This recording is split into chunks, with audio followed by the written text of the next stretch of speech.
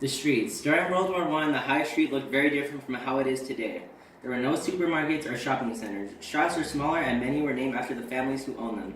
To buy the things a family needed meant walking to lots of different shops like the butcher for meat, the tailor for clothes, the baker for bread, and the greengrocer for fruit and vegetables. There were lots of posters on the walls and notice boards encouraging people to support the war. Every high street had a recruitment office where men could join the army or the navy. The invention of street lamps. Gas lighting became a popular way of lighting streets in the early 1800s.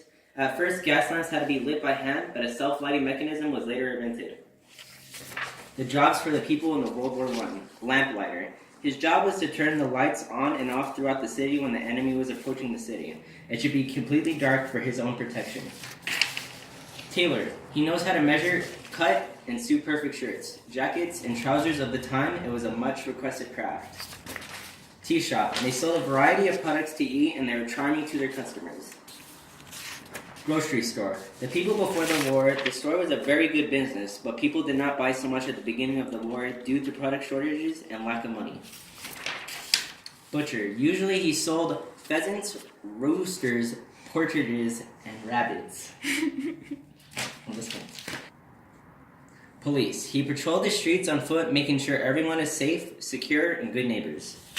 Recruiting officer. The Minister of War asked men to offer themselves as volunteers to fight in the army.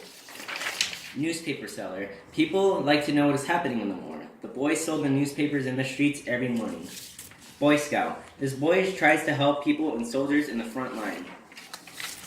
Women post. Work at the post office and open and read all the letters to verify they did not contain information that can be used by the enemy. Results was Germany was surrounded. Allies imposed Treaty of Versailles, declares Germany guilty for war. That sets off the stages for World War II. Language of nations formed to try to prevent war in the future.